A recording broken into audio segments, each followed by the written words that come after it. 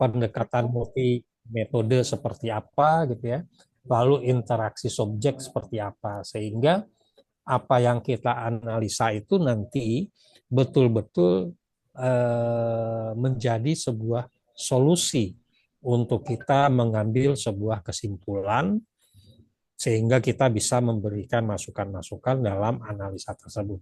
Silakan Bapak dan Ibu sekalian, mungkin ada yang ingin menyampaikan dari studi kasus yang kita bahas kemarin. Silakan.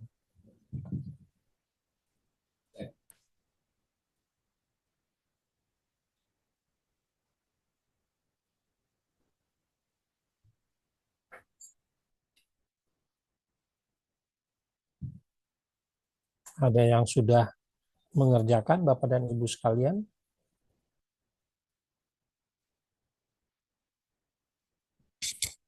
Suara saya apa terdengar Bapak dan Ibu sekalian? Terdengar, Bapak. Terdengar, Pak. Terdengar. Baik, Bapak dan Ibu sekalian. Ada yang ingin memberikan masukan atas analisis yang ada tersebut? Silakan.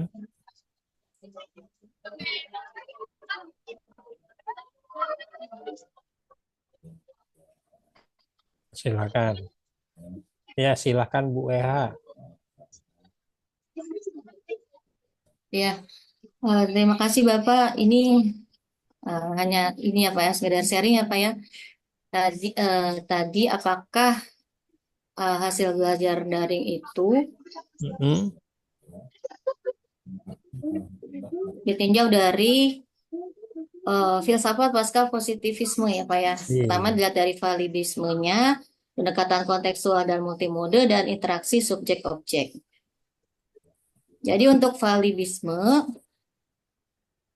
ini kan kita menganggap bahwa pengetahuan itu nggak pernah final. Jadi dalam pasca positivisme itu penelitian itu nggak pernah menghasilkan kebenaran yang absolut. Jadi ada probabilistiknya. Misalkan apakah memang prestasi siswa itu ditentukan hanya oleh aplikasi daring saja, atau ada probabilisme yang lain seperti faktor keluarga, motivasi, kebijakan sekolah, atau yang lain-lainnya. Jadi hasil penelitiannya itu banyak faktor yang mempengaruhi. Jadi kalau validisme itu kan pengetahuan itu tidak pernah final gitu. Jadi tidak ada kebenaran yang absolut. Nah, jadi opsi peneliti ini wajib mengungkapkan apa itu keterbatasan modenya, misalkan bias datanya. Terus peneliti juga tidak boleh memaksakan teori atau hipotesis sebelumnya. Jadi ada aspek ekonomi juga, aturan keluarga atau budaya juga, bukan hanya dari berbagai faktor gitu. Kemudian pendekatan kontekstualnya, penelitian itu harus mengacu pada konteks di sekitar siswa. Misalkan kalau aspek sosial, misalnya apakah guru mendampingi siswa menggunakan aplikasi, apakah orang tua mendukung pembelajaran daring, gitu. Apakah siswa mendapat kelompok belajar atau ada komunitas digitalnya, seperti di ruang GTK kan ada komunitas untuk LMS untuk siswa.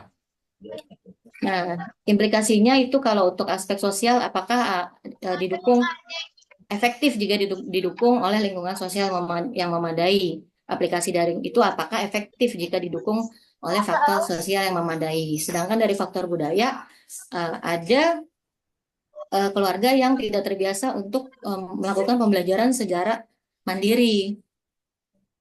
Kemudian budaya juga mempengaruhi sejauh mana aplikasi diterima atau digunakan secara konsisten. Kalau dari aspek ekonominya itu, siswa yang dengan ekonomi rendah mungkin tidak punya gawai, tidak punya kuota internet yang stabil, terus waktu belajarnya terbatas karena harus membantu orang tua. Seperti di daerah saya kebanyakan siswa itu bukannya belajar gitu ya, pas ditanya home visit malah membantu orang tuanya. Ada istilahnya ngoyos gitu ya, membantu orang tuanya menanam padi. Nah, untuk pendekatan multimode, jadi untuk pendekatan pasca positivisme ini menggunakan berbagai metode. Nah, ada metode kuantitatif, kualitatif, atau mixed method. Jadi kuantitatifnya itu kita melakukan pretest dan post-test mengenai prestasi siswa yang dianalisisnya bisa pakai regresi, uji regresi, atau uji beda. Gitu. Kalau untuk metode kualitatifnya kita bisa melakukan wawancara antara siswa, guru, terus pengalaman mengenai belajar daring atau penggunaan observasi penggunaan aplikasi di rumah. Nah, untuk mixed metodenya menggabungkan metode kualitatif dan kuantitatif.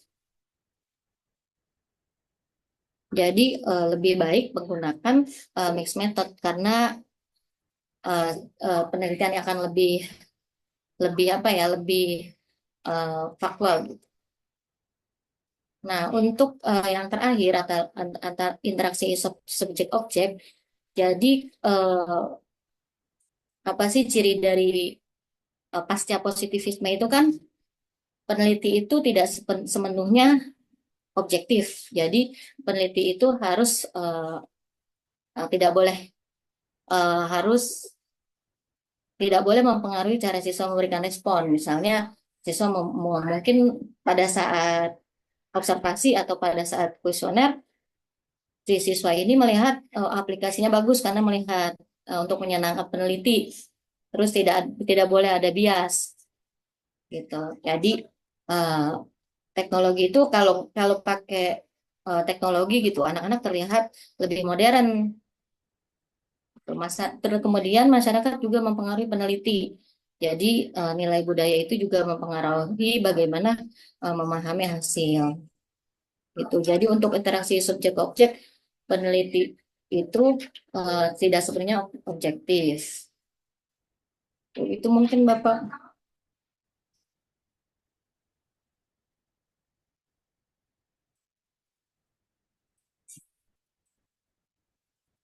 Jadi untuk melihat dari pasca positivisme ini adalah cara kita memandang sebuah kasus dan bagaimana cara menelitinya sehingga menjadi sebuah karya ilmiah.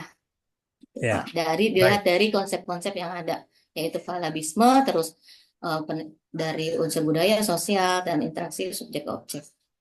ya, baik. Terima kasih Bu Eha. Mungkin ada pandangan yang lain, silakan. Jadi di sini studi kasusnya bagaimana seorang peneliti mencoba memberikan penilaian apakah efektivitas daripada penggunaan aplikasi belajar daring dapat meningkatkan prestasi siswa dalam konteks pasca positivisme. Nah, tentunya penelitian ini dilakukan dengan mempertimbangkan faktor-faktor sosial, budaya, dan ekonomi yang mempengaruhi hasilnya tentunya, gitu ya. Nah, tadi sebetulnya sudah disampaikan semua Bu Eha, sudah masuk tuh faktor-faktor yang mempengaruhi seperti sosial, budaya, ekonomi gitu ya. Nah, mungkin kalau ada pandangan yang lain silakan.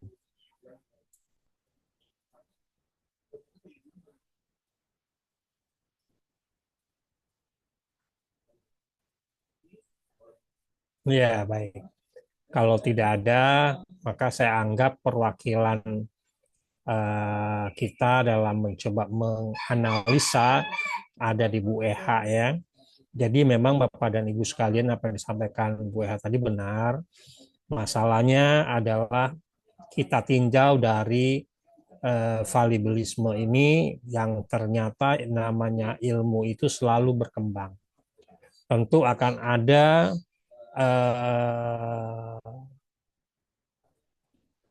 penolakan-penolakan, perubahan-perubahan, penentangan-penentangan setelah ilmu itu ada, gitu ya. Makanya perlu adanya penelitian lebih lanjut. Masalah kontekstual di dalam aplikasi belajar ini tentu mempengaruhi daripada kondisi sosial, kondisi budaya, kondisi ekonomi, bahkan kondisi wilayah pun juga mempengaruhi. Nah, tentunya ini bisa kita coba lihat Bapak dan Ibu sekalian. bagaimana penerapan aplikasi belajar daring ini di pelosok-pelosok. Apakah memang ia bisa efektif gitu ya. Lalu pendekatan multimedia sudah betul disampaikan Bu Ed tadi, dan interaksi subjek juga sudah disampaikan tadi. Nah, sehingga Bapak dan Ibu sekalian, kira-kira hasil yang didapat seperti apa nih? Nah, maka tentunya akan ada beberapa rekomendasi bahwa aplikasi belajar daring untuk wilayah perkotaan itu tentu bisa diterima dengan baik. Kenapa bisa diterima dengan baik? Karena setelah kita coba simpulkan ataupun kita teliti secara sosial, secara budaya, secara ekonomi, itu sudah mampu terpenuhi. Tapi bagi wilayah-wilayah yang di pedalaman yang sulit dengan jaringan gitu ya, tentu ini menjadi sebuah dilema gitu ya, menjadi sebuah dilema buat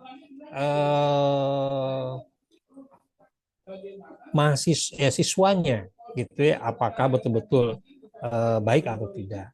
Nah, baik Bapak dan Ibu sekalian, saya rasa resume kita untuk ini cukup sekian. Untuk selanjutnya kita akan serahkan kepada kelompok selanjutnya untuk melakukan atau memimpin diskusi kita pada hari ini. Silakan.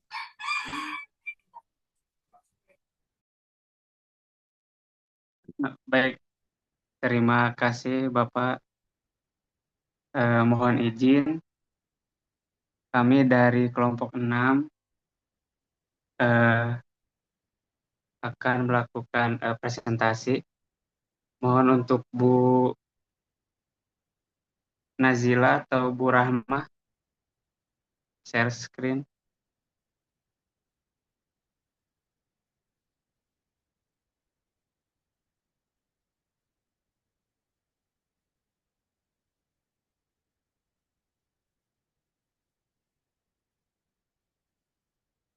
Terima kasih. Baik, bismillahirrahmanirrahim. Assalamualaikum warahmatullahi wabarakatuh. Waalaikumsalam warahmatullahi wabarakatuh. Selamat pagi menjelang siang, Bapak Ibu yang saya hormati, Bapak dosen Pak Aryo, serta rekan-rekan mahasiswa, Bapak Ibu yang saya hormati dan saya banggakan. Izinkan sini kami dari kelompok 6 akan presentasi mata kuliah Filsafat Ilmu Lanjutan dengan materi ilmu dan nilai. Di kelompok 6 ini kami 4 orang. Ada Ibu Ardona Dewi Herani, Ibu Zulhurufurahmah, Bu Rahmah, saya sendiri Udrayana, dan Ibu Nazila. Baik, langsung saja untuk materi yang pertama akan disampaikan oleh Ibu Ardona. Untuk waktu dan tempat dipersilahkan. Baik, terima kasih Pak Udrayana. Saya akan membacakan materi ilmu dan nilai. Latar belakangnya adalah manusia memiliki kemampuan berpikir yang memungkinkan mereka memahami, menilai, dan mengubah diri, mengubah dunia di sekitarnya. Jadi kemampuan ini berkembang melalui dua hal yang saling berkaitan, yaitu ilmu dan nilai. Keseimbangan antara ilmu dan nilai menjadi kebutuhan mendesak, terutama dalam dunia pendidikan. Jadi pendidikan seharusnya memang tidak hanya merupakan penguasaan pengetahuan di aspek kognitif saja, tetapi juga pembentukan karakter dan kepribadian itu termasuk aspek afektif dan moral. Perkembangan ilmu pengetahuan dan teknologi dewasa ini juga seringkali tidak diimbangi dengan penguasaan nilai moral dan etika. Sehingga akibatnya kemajuan yang dicapai manusia manusia itu justru dapat menimbulkan masalah baru seperti penyalahgunaan teknologi, ketimpangan sosial, dan krisis moral. Dan hal ini pastinya menunjukkan bahaya atau menunjukkan bahwa ilmu tanpa nilai dapat kehilangan arah dan tujuan kemanusiaan. Sebaliknya, nilai tanpa dasar ilmiah pastinya bisa menjadi idealisme kosong yang sulit diterapkan dalam kehidupan nyata. Next, Pak. Untuk rumusan masalah di sini, pertama, apa pengertian ilmu dan nilai menurut para ahli? Dua, bagaimana hubungan antara ilmu dan nilai? Ketiga, mengapa etika keilmuan penting dalam pengembangan ilmu dan pengetahuan?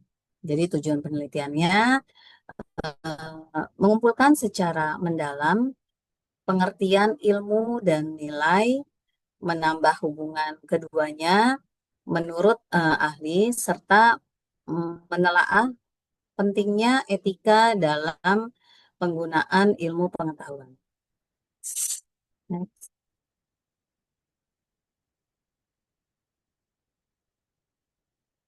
Lanjut, kurang.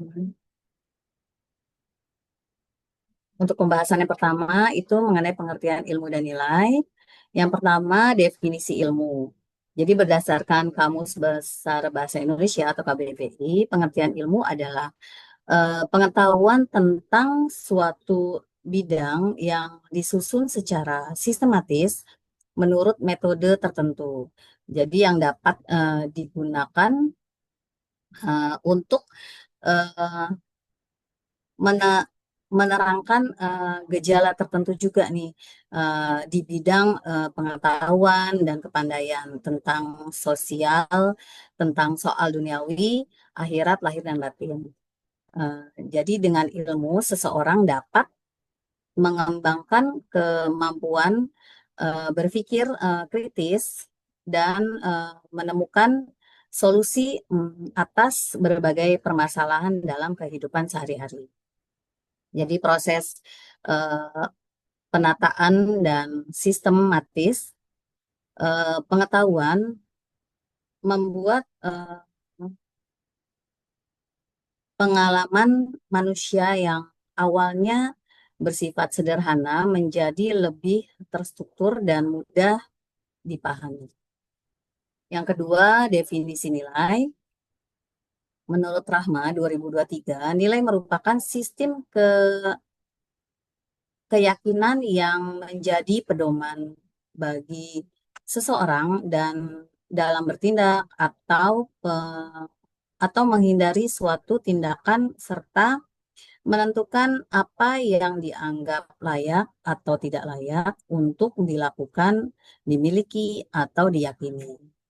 Sehingga melalui nilai, seseorang dapat menentukan prioritas dan tujuan hidup yang dianggap penting, tujuan prioritas yang dianggap penting. Jadi nilai juga berperan dalam membentuk karakter dan kepribadian seseorang sehingga tercapai dan tercermin dalam sikap dan tindakannya. Terima kasih.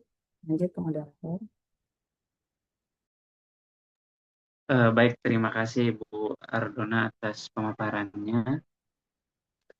Materi selanjutnya akan disampaikan oleh Ibu Nazila. Iya, terima kasih Pak Udra atas kesempatannya. Baik Bapak Ibu, lanjut kita ke pembahasan hubungan ilmu dan nilai. Nah, ilmu ini memiliki peran yang sangat penting bagi manusia karena menjadi suatu sarana untuk memahami dunia dan mencapai tujuan hidupnya. Nah, dengan ilmu, manusia dapat memahami berbagai gejala alam dan sosial secara rasional. Nah, baik untuk mengembangkan kemampuan, berpikir kritis, juga bisa untuk menemukan solusi atas masalah kehidupannya sehari-hari. Nah, proses sistematis ini dari pengetahuan ini memungkinkan pengalaman manusia yang awalnya sederhana menjadi lebih terstruktur. Nah, nantinya karena sudah lebih terstruktur akan menjadi lebih mudah dipahami. Nah, sehingga dapat melihat keterikatan atau keterkaitan antar peristiwa dan memperoleh pemahaman yang lebih mendalam tentang realitas kehidupan. Nah, meskipun ilmu ini memberikan banyak sekali manfaat, dalam praktiknya tidak selalu membawa kebaikan semata, tapi kemajuan teknologi, misalnya dalam bidang digital, yang awalnya dirancang untuk mempermudah komunikasi dan akses informasi, dapat pula menimbulkan masalah seperti penyebaran informasi palsu, pelanggaran privasi, dan juga ketergantungan berlebihan terhadap perangkat, seperti yang sudah sering kita temui permasalahan-permasalahan ini. Nah, hal ini juga menimbulkan pertanyaan penting tentang hakikat ilmu. Seperti untuk apa sih ilmu ini digunakan dan sejauh mana ilmu itu harus dikaitkan dengan nilai-nilai moral. Nah, ilmu ini pada dasarnya menuntut objektivitas, tetapi para ilmuwan tetap dipengaruhi oleh nilai-nilai subjektif, yang mana berasal dari masyarakat, juga berasal dari agama dan budaya. Nah, hal ini bertujuan untuk menentukan masalah yang dipelajari dan untuk mengambil suatu kesimpulan. Nah, nilai di sisi lain juga merupakan sistem keyakinan dan pedoman yang membentuk tindakan dan keputusan seseorang untuk membantu membedakan mana yang baik dan buruk, serta untuk menentukan prioritas hidup seseorang.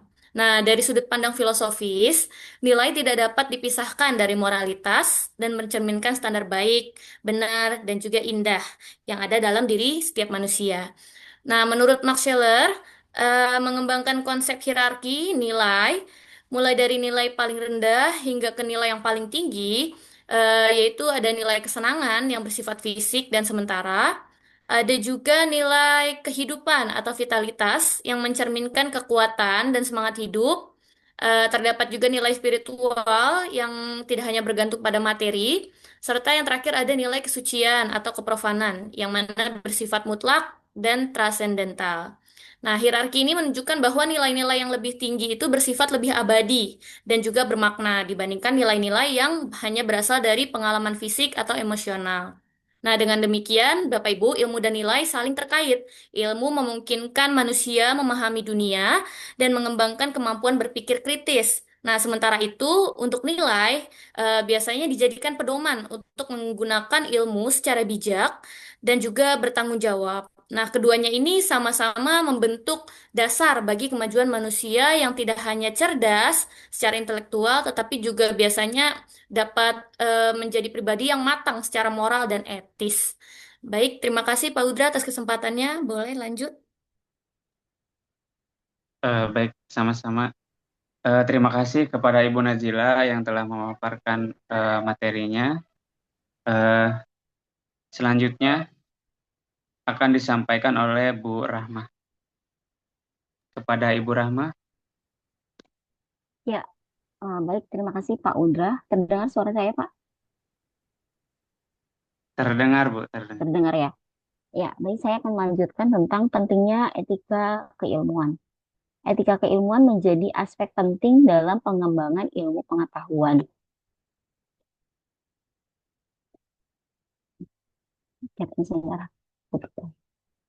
Ya, ulang ya. Etika keilmuan menjadi aspek penting dalam pengembangan ilmu pengetahuan karena ilmu tidak hanya berperan untuk mengetahui dan memahami dunia, tetapi juga mempengaruhi kehidupan manusia secara luas. Etika keilmuan juga berfungsi untuk menyeimbangkan objektivitas ilmu dan nilai-nilai subjektif yang mempengaruhi para ilmuwan. Etika keilmuan penting untuk menjaga integritas dan kredibilitas ilmu pengetahuan itu sendiri. Ilmu yang dikembangkan tanpa prinsip etis, rawan manipulasi, plagiarisme, dan penyalahgunaan data. Hal ini yang menyebabkan ilmu dan etika dalam keilmuan itu sangat penting. Selain itu, etika keilmuan juga terkait erat dengan konsep nilai. Tanpa kesadaran nilai, pengembangan ilmu hanya akan mengejar pengetahuan semata tanpa memperhatikan dampak sosial, moral, atau kemanusiaan. Etika keilmuan bukan hanya pelengkap, tetapi bagian integral dari pengembangan ilmu pengetahuan. Ilmu yang dikembangkan tanpa panduan moral dan nilai-nilai etis berisiko menimbulkan dampak negatif. Sementara ilmu yang diterapkan secara etis akan menghasilkan manfaat yang berkelanjutan, menjunjung tinggi integritas dan membentuk masyarakat yang lebih adil dan bertanggung jawab. Hal ini yang sangat penting dalam bagi ilmu-ilmu yang dimiliki harus memiliki etika agar tidak menyebabkan dampak-dampak buruk seperti adanya orang-orang ilmuwan bisa membuat bom, hacker dan lain sebagainya. Makanya sangat perlunya adanya etika dalam ilmu pengetahuan. Itu saja Pak Udra.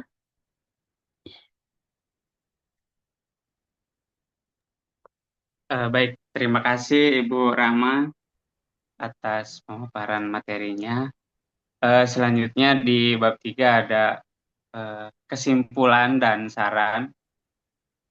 Untuk kesimpulan, tadi materi sudah disampaikan oleh kelompok saya. Saya di sini akan memaparkan terkait dengan kesimpulan materi pada hari ini, yaitu tentang ilmu dan nilai. Secara keseluruhan, ilmu merupakan pengetahuan yang sistematis dan rasional, berfungsi untuk memahami fenomena alam, sosial, maupun kehidupan secara lebih mendalam. Nilai dan etika keilmuan menjadi pedoman penting agar ilmu digunakan secara bijaksana, bertanggung jawab, dan bermanfaat bagi kehidupan manusia secara luas. Hierarki nilai dari yang bersifat fisik hingga spiritual dan kesucian membantu menilai dampak moral dari penelitian dan penerapan ilmu. Nah, dengan demikian, ilmu dan nilai saling melengkapi. Ilmu memberikan kemampuan memahami dunia, sementara nilai dan etika memastikan pengetahuan tersebut digunakan untuk kebaikan, membangun masyarakat yang lebih adil, bermoral, dan berkelanjutan. Jadi ilmu dan nilai itu sangat penting. Ketika kita berilmu tinggi juga, tetap kita harus memiliki nilai kebaikan dan juga bermoral seperti itu. Nah, untuk saran, ilmu sebaiknya selalu dikembangkan dengan memperhatikan nilai dan etika. Peneliti perlu mempertimbangkan dampak sosial dari setiap temuan atau teknologi yang dibuat. Pendidikan tentang etika, keilmuan perlu ditingkatkan agar generasi muda memahami tanggung jawab dalam menggunakan ilmu. Dengan cara ini, ilmu dapat memberikan manfaat maksimal bagi masyarakat. Terima kasih Bapak Ibu. Itu saja yang bisa disampaikan oleh kelompok 6. Selanjutnya kita masuk ke sesi diskusi atau tanya jawab. Saya persilahkan. Jika ada yang belum dipahami atau ingin ditanyakan untuk diskusikan bersama di sini, Bapak Ibu.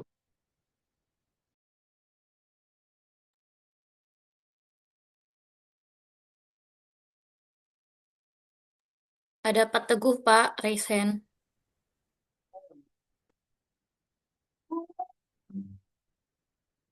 Iya, Pak Udra. Iya, Pak. Oh iya, suara saya terdengar jelas ya? Terdengar, Pak. Oke, maaf. Ya, terima kasih Pak Udrayana atas kesempatannya. Pak Udrayana itu kalau dalam bahasa Sanskerta ude ya, artinya naik atau naiklah. Udrayana, ada Duryudana, musuh yang susah dikalahkan. Seperti itu ya Pak ya? Mantap. Sepertinya seperti itu. Biasanya Pak Udra kan suka apa tuh namanya? Ini nama orang. Oke, Pak Udra. Pak Jumri itu. Oh, Pak Jumri bukan Pak Udra ya? Salah ya, subhanallah. Iya, sebentar. Lagi nyari catatannya. Oke, terima kasih untuk kelompok Pak Udra. Yang ingin saya tanyakan adalah bagaimana sih hubungan antara ilmu dan nilai dalam konteks pengembangan dan penerapan ilmu pengetahuan manusia. Itu aja sih Pak Udra dan kelompok. Terima kasih. Baik, Bapak, sama-sama. Saya tampung dulu, Pak, ya. Ya, Pak. Oke. Ke pertanyaan berikutnya. Kita buka 3 sesi pertanyaan dulu.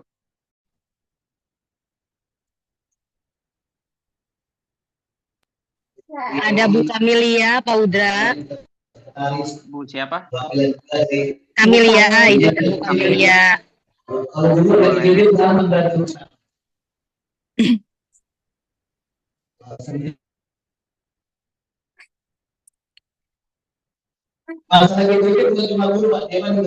Silakan Bu Pak Udra, Kamilia. Bu Kamilia dipersilakan. Silakan Bu Kamilia, mungkin Pak Udra Bu singkat. Kamilia. Iya, Boleh baik, Bu. dipersilakan. Baik, untuk Bapak Ibu kelompok, saya ingin menanyakan mengapa etika keilmuan sangat penting dalam pengembangan ilmu pengetahuan dan bagaimana etika ini berperan dalam menjaga integritas ilmiahnya.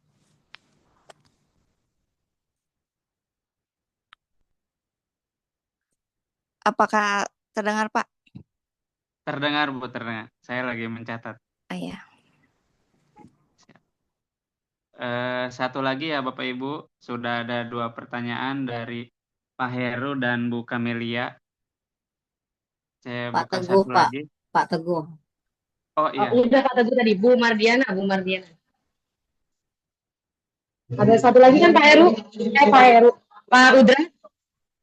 Jadi kita. Satu lagi, Bu. Satu lagi. Ada Bu Mardiana. Bu Mardiana boleh saya persilahkan.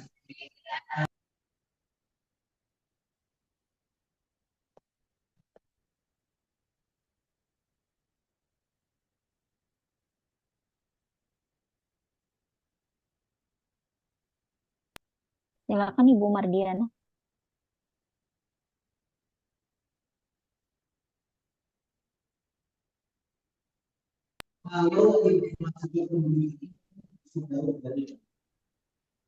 Ada gangguan jaringan mungkin Bu Mardiananya. Halo, Bu Mardiana. Izin boleh saya dulu nggak? Memang masih ada satu pertanyaan nih. Halo. Boleh, Ibu. Halo. Boleh Ibu. Boleh. Oh iya. Silakan Bu Listi.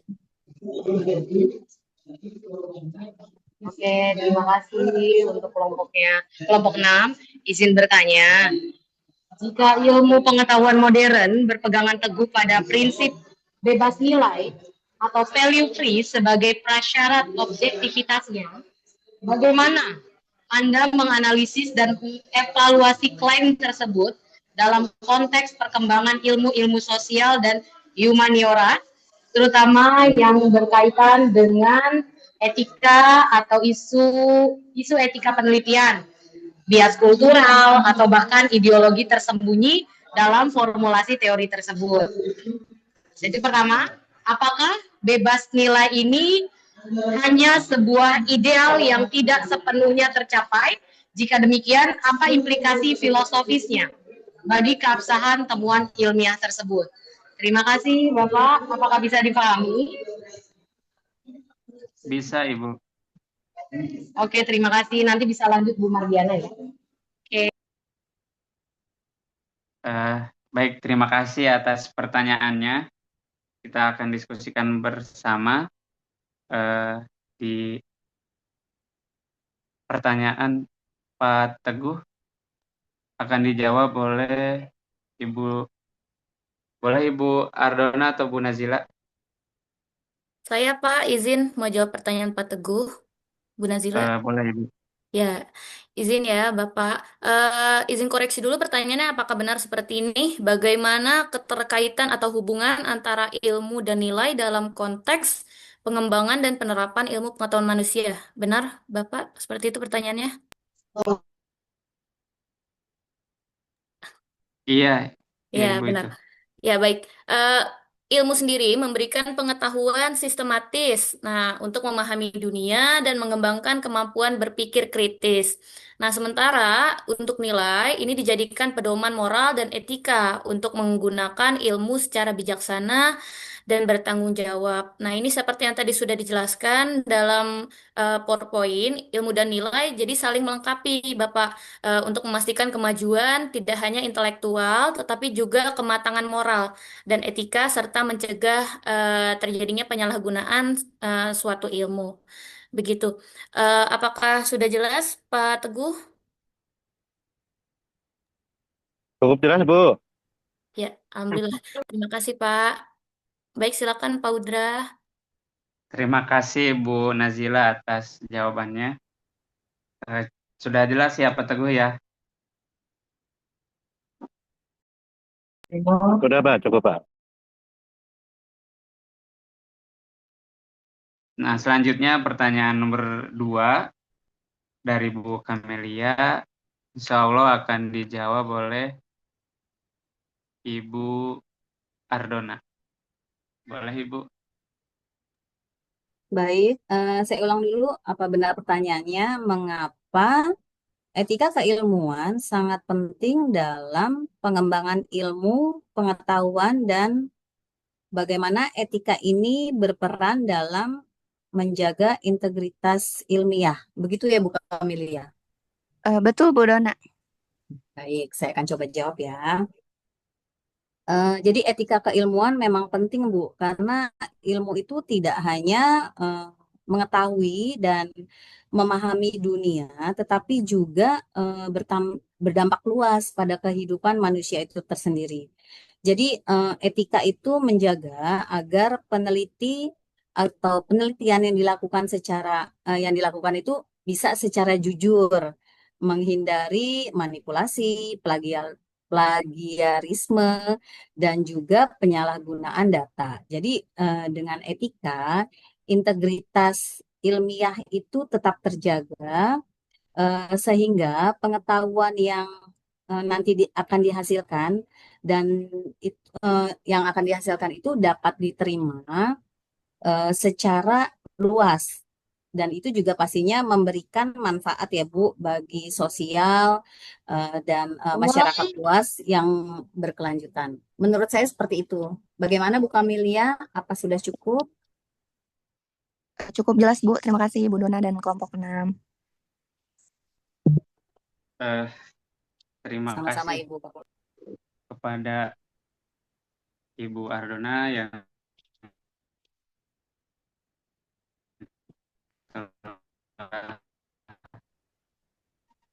menjawab atas pertanyaan dari Bu Ketua ya, Bu Listi. Saya akan coba jawab, tapi saya ulang dulu pertanyaannya Bu ya.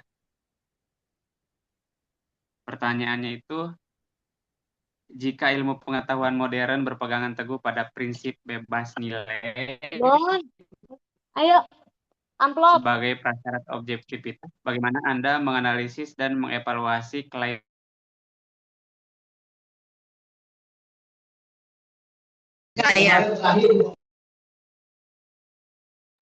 Pak Udrayana, maaf Suaranya Pak suaranya Udra tidak terdengar. kepencet. Oh, boleh ya, saya ulangi. Mangga. Saya izin ulangi dulu ya Bu ya, pertanyaannya ya, tapi kali ini pertanyaan dari Ibu, jika ilmu pengetahuan modern berpegangan teguh pada prinsip bebas nilai sebagai prasyarat objektivitas, bagaimana Anda menganalisis dan mengevaluasi klaim tersebut dalam konteks perkembangan ilmu-ilmu sosial dan humaniora, terutama yang terkait dengan isu etika penelitian, bias kultural, atau bahkan ideologi tersembunyi dalam formulasi teori. Nah, apakah bebas nilai hanya sebuah ideal yang tidak pernah sepenuhnya tercapai? Dan jika demikian, apa implikasi filosofinya bagi keabsahan temuan ilmiah? Itu ya, Bu, pertanyaannya. Eh, Iya Pak, betul. ya, saya izin menjawab, Bu. Klaim bebas nilai adalah ideal epistemologis, namun dalam praktiknya seringkali tidak tercapai sepenuhnya. Nah, ilmu-ilmu sosial dan humaniora khususnya dalam penetapan agenda riset, pemilihan metodologi, dan interpretasi data secara inheren dipengaruhi oleh nilai konseptual, kultural, dan ideologis. Nah, keabsahan temuan ilmiah tidak lantas runtuh, tetapi objektivitas harus dipahami sebagai objektivitas yang terstruktur, seperti diusulkan Helen Longino, atau objektivitas intersubjektif. Artinya, objektivitas dicapai melalui kritik komunitas ilmiah yang beragam, bukan melalui penolakan total terhadap nilai. Nah, kegagalan mencapai bebas nilai menuntut refleksi metodologis dan etis yang lebih jujur dari ilmuwan. Itu, Bu. Bagaimana? Apakah sudah jelas? Ya Pak, insya Allah Pak. Terima kasih banyak. Baik. Bapak Ibu, dilanjut satu sesi lagi. Apakah masih ada yang ingin bertanya atau cukup? Ada itu, Bu. Itu Pak. Ada Ibu Pak Indra Udra. dan Bu Mary.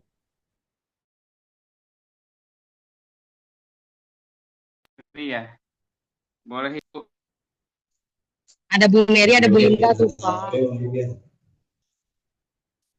Ada Bu Dian, ada Bu Mardi. Satu-satu. Bu Mary dulu boleh. Terima kasih Pak Udra. Di sini saya Mary Kristiani mau bertanya, menurut pemateri, bagaimanakah pendidikan dapat mengintegrasikan penguasaan ilmu dan pembentukan nilai moral untuk membentuk peserta didik yang tidak hanya cerdas secara intelektual, tetapi juga matang secara moral. Terima kasih.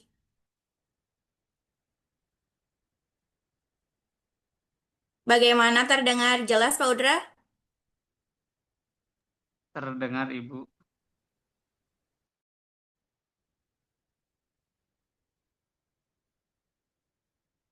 Baik, pertanyaannya ditampung dulu, Ibu ya. Selanjutnya tadi Bu Saya, Bu Linda, boleh Pak Udra? Boleh diizinkan tidak? yang ini, yang izin Yang bertanya. siapa? Boleh Yang tadi diizinkan. bertanya Bu Mary, yang izin bertanya Bu Linda. Gimana Pak Udra, diizinkan? Diizinkan, Ibu. Terima kasih banyak. Menibager Pak Udra Mangga, tanya. silakan. Baik. Assalamualaikum warahmatullahi wabarakatuh. Waalaikumsalam warahmatullahi wabarakatuh. Makasih Pak Udra udah dijawab salam saya. Oke, Pak Udra dan teman-teman, tadi saya menyimak ya paparan dari Pak Udra dan teman-teman. Saya mau bertanya, tapi saya mau sedikit menyampaikan dulu ini nih. Apa ya, pemikiran saya. Boleh ya Pak Udra ya? Ya. Boleh Udra, banget, Ibu. ya, kan dalam perjalanan menciptakan sebuah penemuan dan kemajuan itu kan pastinya ilmu pengetahuan itu membawa sebuah referensi ya, power, kekuatan. Tapi kan kekuatan itu kan ibaratnya kita istilahkan adalah pedang bermata dua. Cakep banget ya. Ya, tanpa adanya sebuah nilai dan etika gitu kan, ya yang tujuannya sebagai kendali sebuah moral gitu kan. Pengembangan ilmu itu kan bisa dengan mudah berbalik menjadi bumerang ya, bukan band ya, bukan nama band ya bumerang, tapi justru merusak sisi kemanusiaan dan lingkungan Pak Udra. Nah, pertanyaan saya adalah ada nggak sih resiko yang muncul jika ilmu yang dikembangkan tanpa dibimbing oleh nilai dan etika itu, gimana tuh Pak Udra? Ada nggak resikonya ya kalau misalkan munculnya sebuah ilmu itu tanpa adanya bimbingan nilai dan etika, muncul aja begitu gitu kan tanpa memperhatikan nilai dan etika. Dan contohnya apa ya? contoh dampak negatifnya apa ya Pak Udra ya? Begitu saja barangkali Pak Udra. Terima kasih. Assalamualaikum warahmatullahi wabarakatuh. Assalamualaikum Pak warahmatullahi Udra, oh ya, oke. wabarakatuh. Dapat dipahami ya Pak Udra ya pertanyaannya ya? Iya Ibu, Ya, ini terima lagi kasih saya banyak Pak catat. Udra. Ya. Sama-sama. Satu pertanyaan lagi ya.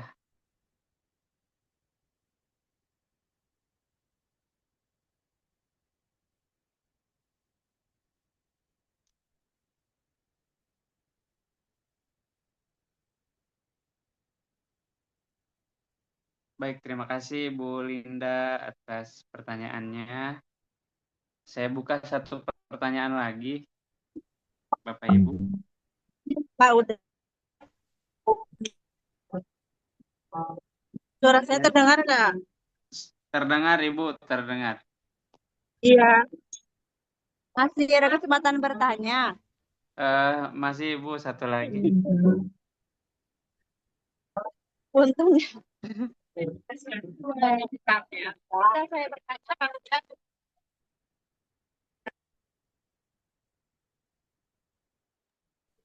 Suaranya putus-putus ya? Suara saya nggak Suaranya kedengeran ya? Enggak, Bu Suaranya Eha, Bu putus-putus. Siti, Bu Eha, Bu putus-putus Siti. Ibu, putus Iya, nyambung.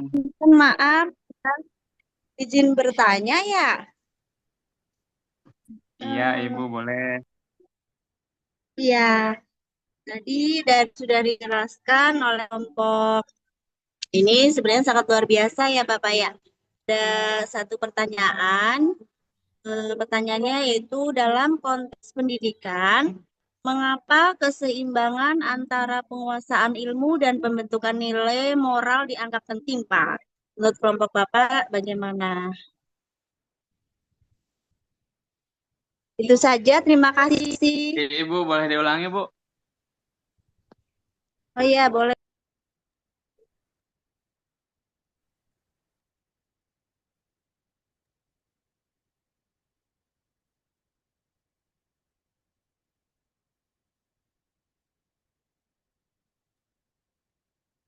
Ibu Siti. Bu Siti, boleh diulangi? Maaf, suara Bapak Udra nggak kedengeran di saya ya? Ya, Suara boleh Ibu diulangi. juga. Boleh diulangi, Ibu. Oh, Boleh sinyal saya diulangi. agak maaf. Putus nyambung, Ibu. Putus nyambung gitu. Suara saya nggak kedengeran ya, Bu. Maaf, saya sudah Terdengar. Boleh diulangi, Bu. kedengeran. Boleh diulangi Boleh Bu. diulangi, Bu. Oh, boleh, ya. Siap, sebentar. Jadi tadi pertanyaannya, dalam konteks pendidikan, mengapa keseimbangan antara penguasaan ilmu dan pembentukan nilai moral dianggap penting? Terdengar tidak? Terdengar, Ibu. Terdengar Ibu. Cukup ya? Iya Ibu, cukup. Terima kasih atas pertanyaan. Ya.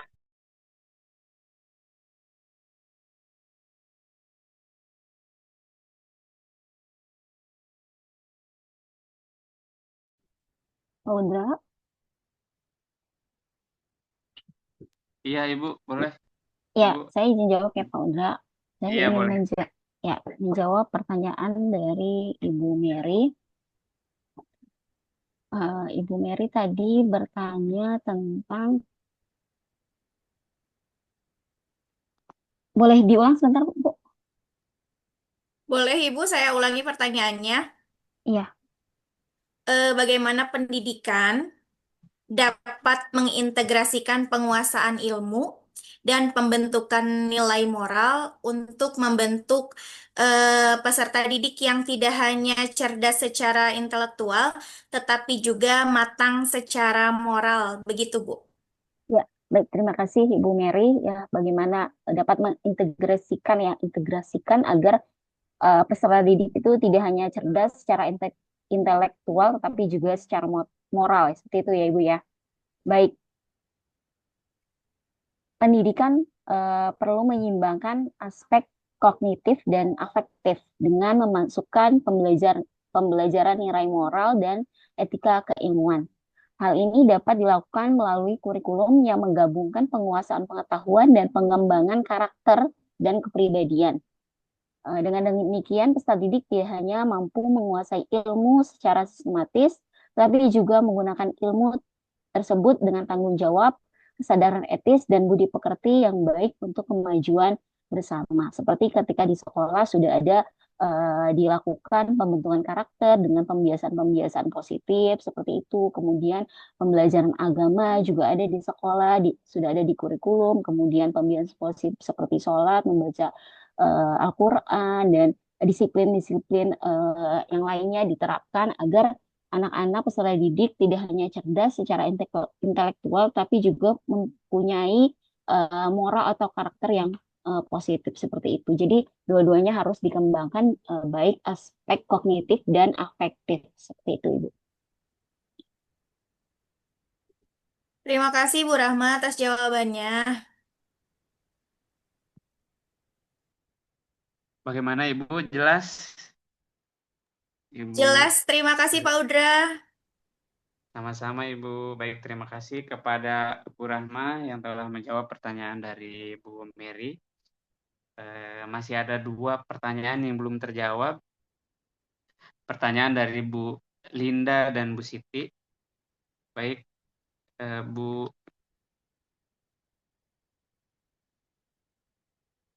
boleh Bu Ardona untuk menjawab pertanyaan dari Ibu Linda.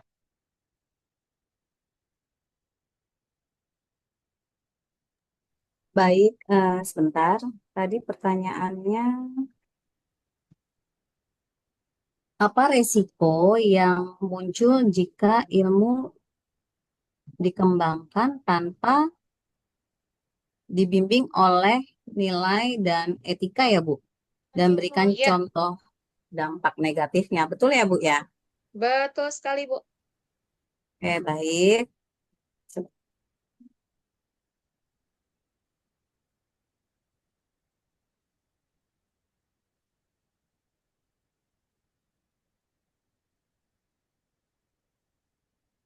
Jadi ilmu itu tanpa nilai,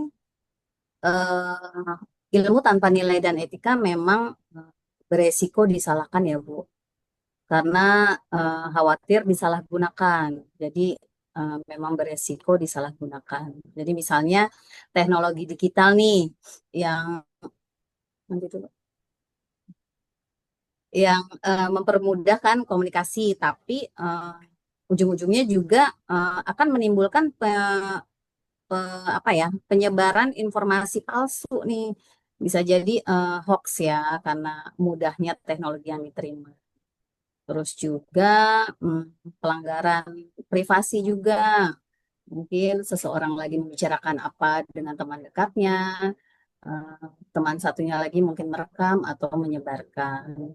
Jadi informasi yang mungkin tanpa seizin pihak yang bersangkutan itu kan melanggar ya, dan bisa disalahgunakan.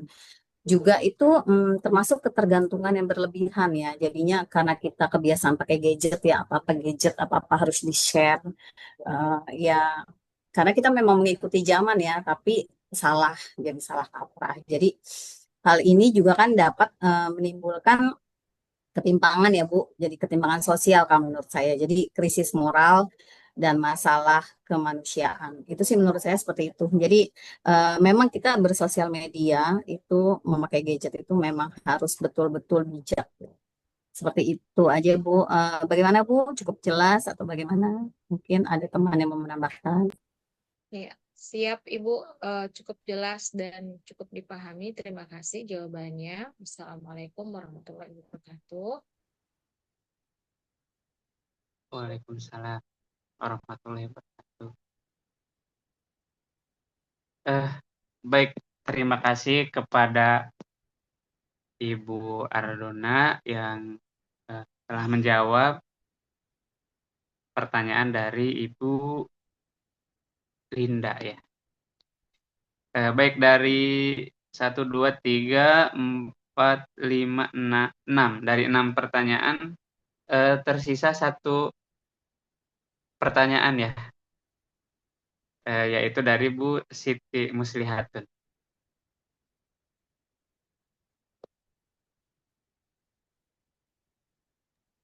Ya baik Pak Udra, saya ingin menjawab juga. Boleh Ibu dipersilahkan.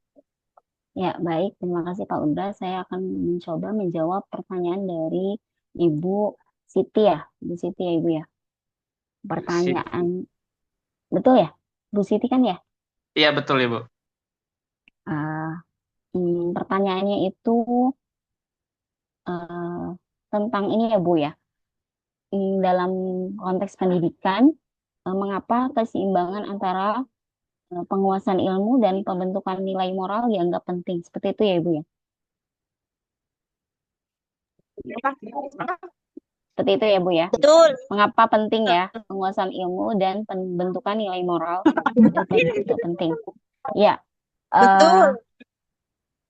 Ya betul. Jadi pendidikan itu tidak hanya menekankan pada aspek kognitif atau pengetahuan saja, tetapi juga pada aspek afektif atau nilai moral itu tersebut. Keseimbangan ini penting agar ilmu pengetahuan yang dikuasai dapat digunakan dengan bijaksana, membentuk karakter yang bertanggung jawab, dan mencegah penyalahgunaan ilmu demi kemajuan yang berkelanjutan dan bermartabat. Seperti itu. Jadi kan dalam Islam ada ya adab sebelum ilmu. Nah itu tujuannya itu agar ketika mendapatkan ilmu yang didapatkan itu tidak disalahgunakan. Nah, ini pentingnya adanya keseimbangan antara penguasaan ilmu dan pendidikan moral itu agar ketika sudah memiliki ilmu pengetahuan tidak digunakan untuk hal-hal yang negatif, tidak disalahgunakan, sehingga menggunakan ilmu secara bertanggung jawab dan mencegah penyalahgunaan ilmu demi kemajuan yang berkelanjutan dan bermartabat. Seperti itu ya Bu.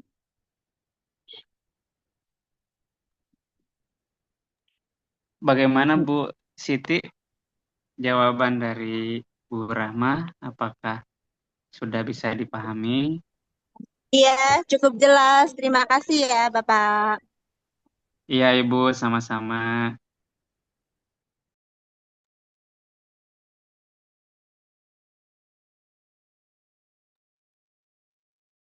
Suara saya terdengar? Terdengar, Pak Sangat Uda. terdengar. Ya, baik Bapak Ibu dan Bapak dosen. Dari materi yang sudah dipaparkan, tadi terdapat 6 pertanyaan dari Pak Teguh, Bu Kamilia, Bu Linda, Bu Siti, Bu Mary, dan Bu Listi. Itu sudah mencoba atau sudah dijawab oleh kami dari kelompok 6. Semoga jawabannya dapat dipahami dan jika ada yang kurang mungkin nanti bisa diskusi lebih lanjut. Baik Bapak Ibu, itu saja mungkin yang bisa disampaikan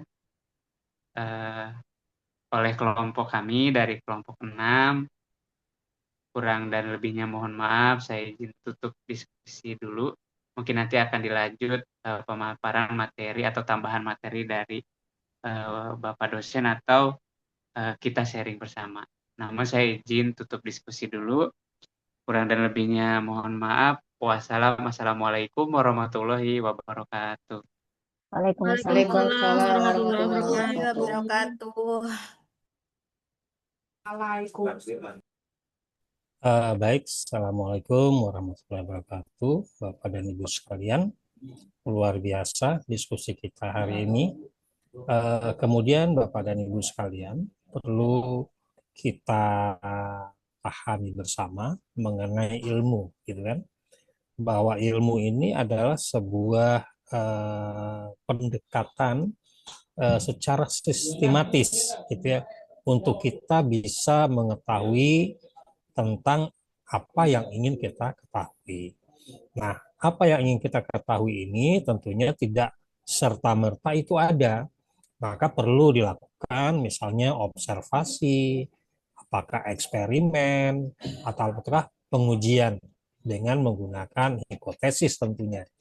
Nah, Bapak dan Ibu sekalian, bicara tentang keilmuan ini, tentunya kita akan mencoba melihat apa yang menjadi aspek atau kunci daripada ilmu ini? Pertama tentunya dia dikatakan ilmu jika dia memiliki metode ilmiah, gitu ya. Sehingga ketika kita berbicara metode ilmiah, bahwa dia terukur secara terstruktur, di mana ilmu ini mampu menyingkap gitu ya, fenomena yang ada, gitu ya. Nah, untuk menyingkap fenomena yang ada ini tentunya melibatkan berbagai sarana. Misalnya sarana penglihatan melalui pengamatan, lalu mencoba membuat dugaan-dugaan melalui pertanyaan-pertanyaan. Kemudian baru kita bisa membuat sebuah hipotesis. Nah, kalau sudah ada hipotesis, kita bisa melakukan eksperimen. Nah, dengan metode ilmiah ini, maka tentunya ilmu ini akan lebih memiliki nilai, gitu ya. Lalu di samping itu, aspek kunci daripada ilmu ini, dia harus objektivitas, harus merupakan hal-hal yang betul-betul objektif, gitu ya, sehingga pengetahuan itu bisa dimanfaatkan oleh semua orang. Kemudian dia empiris, gitu ya, bahwa ilmiah, gitu ya, bahwa klaim ilmiah daripada sebuah ilmu itu betul-betul dilandasi atau didukung oleh data-data dan bukti-bukti yang dapat kita cermati secara baik serta dapat pula diukur, gitu ya. Nah, ini kalau kita berbicara tentang empiris.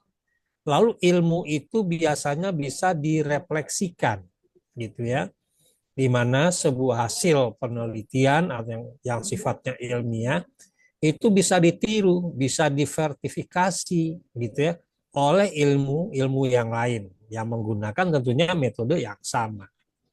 Lalu ada upaya berkelanjutan yang dikatakan tadi ya, bahwa ilmu itu bersifat dinamis dan berkelanjutan, sehingga setiap saat ilmu itu tidak menutup kemungkinan akan ada pembaharuan-pembaharuan terhadap ilmu itu. Nah, mungkin itu tambahan saya dari masalah faktor ilmu, Bapak dan Ibu sekalian. Lalu bagaimana dengan faktor nilai, gitu ya? Bahwa faktor nilai ini adalah bagaimana kita mencoba mengkonversi ilmu tadi agar dia bisa diletakkan derajatnya di mana nih. Nah, derajatnya di mana inilah yang kita katakan sebagai sebuah sistem nilai. Saya ambil contoh Bapak dan Ibu tadi banyak mencoba mengungkap kasus bagaimana sebuah ilmu ketika tidak ada etika atau unsur nilai moralnya di sana. Saya ambil contoh Bapak dan Ibu sekalian. Tentu Bapak dan Ibu sekalian paham tentang HAM ya, hak asasi manusia. Bapak dan Ibu sekalian bisa bayangkan HAM itu ketika tidak diterapkan ilmunya sesuai dengan etika, itu bisa digunakan sebagai sarana yang tidak baik. Ya, Bapak dan Ibu sekalian, contoh, kalau dulu kita tidak meratifikasi HAM, gitu ya, tetapi undang-undang kita sebetulnya sudah ada faktor-faktor penghargaan terhadap manusia. Tapi setelah ada HAM, ya, anak bisa nuntut orang tua jika diperlakukan begini dan begitu. Padahal tuh anak masih minta makan sama orang tuanya. Nah, coba dibayangkan kalau ini tidak ada nilai moral di dalamnya. Maka HAM itu akan dilakukan secara sembrono. Ya, nah ini salah satu ilmu, masih banyak ilmu-ilmu yang lain Bapak dan Ibu sekalian. Contoh ilmu dalam bidang fisika dan kimia gitu ya. Lahirlah yang namanya nuklir gitu ya. Bisa dibayangkan kalau itu tidak ada etika itu udah dibuat mainan sana sini. Nah, itu sebabnya mengapa sebuah ilmu itu perlu dilandasi dengan sebuah keilmuan yang memadai sehingga tidak mudah kita dipermainkan karena tidak ada sistem nilainya tadi. Jadi kalau dikatakan bebas dari nilai, bahaya juga ini. Kenapa? Karena kita tidak bisa membedakan apakah itu bermanfaat atau tidak bermanfaat. Sementara kita bicara tentang ilmu, bagaimana ilmu itu memberi manfaat kepada kita, gitu ya. Baik, Pak Udrayana, silakan. Baik Bapak, saya izin bertanya. Mungkin ini nyambung atau tidak pertanyaannya, cuman saya ada unek-unek ini Pak. Berkaitan dengan ilmu dan nilai atau etika. Dalam perjalanan kita menuju lulus S1 atau S2 itu ada yang namanya skripsi dan tesis Pak ya. Nah, saya ambil contoh skripsi. Saya punya pengalaman teman saya tetapi beda jurusan gitu kan. Itu mengambil contoh skripsi yang sudah ada, namun lokasi penelitiannya itu berbeda gitu dengan lokasi penelitian yang sudah dituliskan dalam skripsi yang sudah ada atau skripsi kakak kelasnya gitu kan. Nah, pertanyaannya adalah apakah itu diperbolehkan atau tidak? Ya meskipun tempat penelitiannya berbeda, namun secara keseluruhan penulisannya itu hampir sama, baik dari rumusan masalah, tujuan penelitian, terus teori yang diambil, serta isinya lah kurang lebih, terus instrumen dan lain-lainnya itu hampir sama, cuman dia membedakan bahwa saya bukan plagiat karena ya kita melakukan penelitian ulang gitu, memang di tempat yang berbeda. Itu bagaimana Pak? Apakah itu beretika atau tidak gitu kan? Dan diperbolehkan atau tidak? Terima kasih Pak. Baik, ini adalah bagaimana kita melahirkan sebuah keilmuan. Nah, Bapak dan Ibu sekalian, seperti kita bahas dari awal tadi, yang namanya ilmu itu tidak statis, tetapi dinamis. Dia akan berkembang terus, gitu ya. Karena dia berkembang terus, tentu topiknya akan sama, gitu ya. Topiknya akan sama. Tapi ada hal-hal yang muncul, hal yang baru, gitu ya. Jika skripsi itu dikerjakan plek sama dengan yang dicontoh, maka itu melanggar etika. Ya, jika plek, ya, itu melanggar etika, walaupun lokusnya berbeda. Gitu ya. Yang saya maksud lokus berbeda hanya tempatnya yang berbeda, tapi hitungannya segala macam, teori-teorinya sama semua, ya. Maka itu tidak sesuai dengan etika. Tapi di dalam sebuah skripsi ataupun tesis diperbolehkan masuk karya-karya orang lain. Itu sebabnya disediakan yang namanya referensi. Nah, di kolom referensi itulah kita menggali penguatan teorinya. Gitu ya. Jadi ketika seseorang meneliti hal yang sama, sudah dapat dipastikan teorinya akan sama, gitu ya. Artinya tidak ada yang salah di sana, gitu ya. Tetapi ketika dia melakukan penelitian terutama di bab 4-nya, maka dia menghadirkan yang berbeda dari yang dia contoh, itu diperbolehkan, gitu ya. Karena apa? Contoh ada catatan kaki, kan itu karya orang lain yang masuk.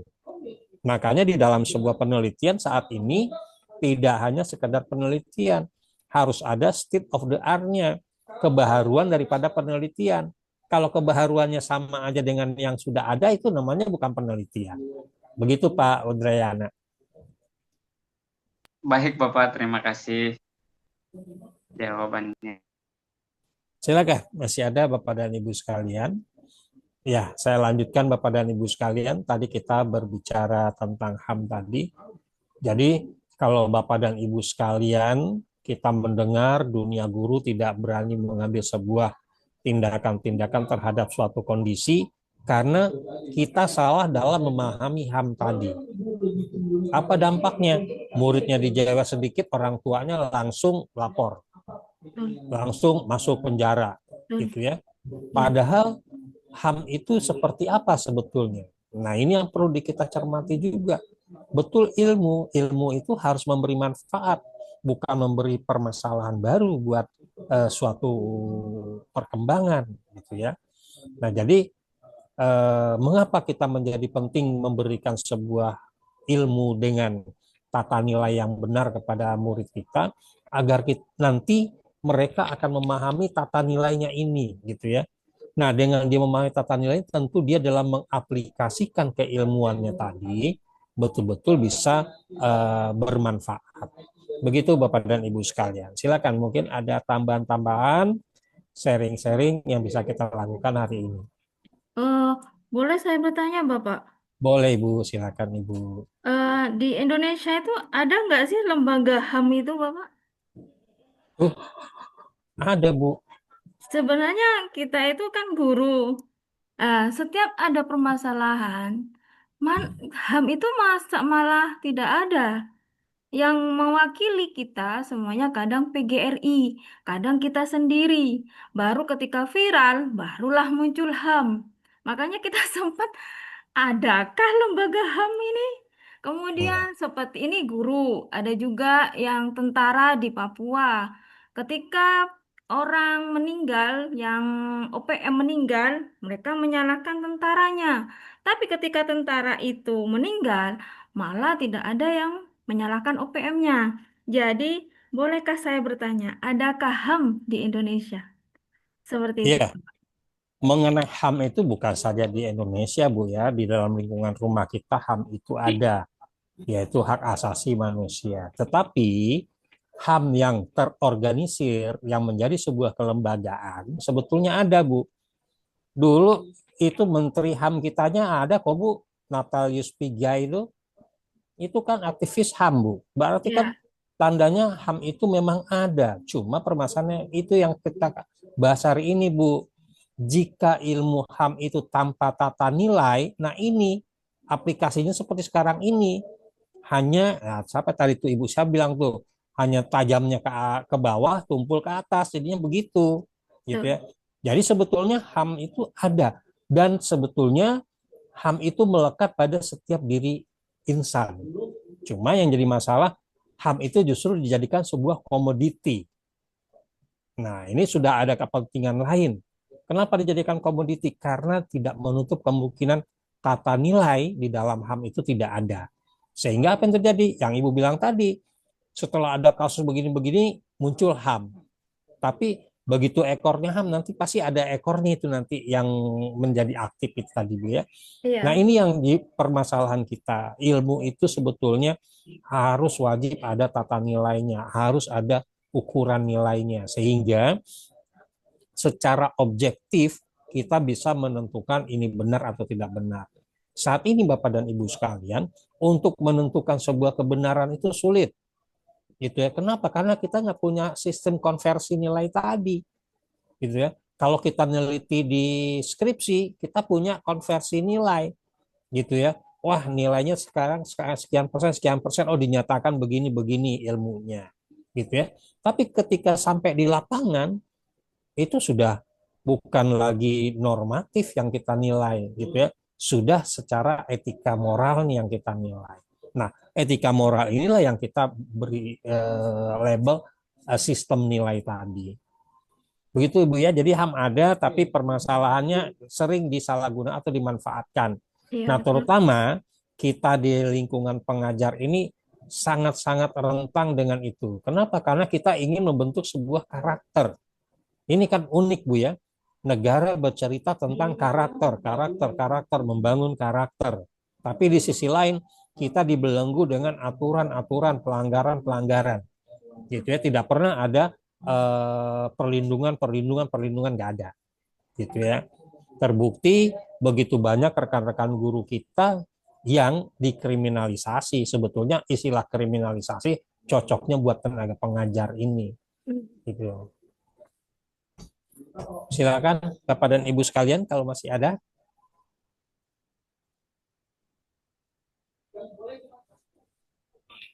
Silakan kalau ada yang ingin sampaikan. Mumpung kita bisa di mimbar bebas untuk berdiskusi.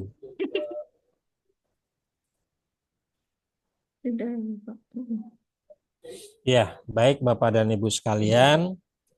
Kalau memang sudah tidak ada pertanyaan lagi, saya mungkin mengawali 5 menit lebih dulu selesai, mengingat ternyata sebentar lagi saya memberikan materi untuk Abdi Mas di sini. Lalu saya ucapkan terima kasih kepada Bapak dan Ibu sekalian yang telah bersama-sama dari tadi kita melangsungkan perkuliahan secara daring. Saya berharap kuliah daring kita ini tidak lepas dari makna yang kita harapkan bersama. Terima kasih. Wabillahi taufiq wal hidayah. Assalamualaikum warahmatullahi wabarakatuh. Waalaikumsalam warahmatullahi Waalaikumsalam warahmatullahi Izin foto wabarakatuh. bersama, Pak. Baik, Bapak Ibu. punten izin foto bersama. Oh, boleh, silakan, silakan.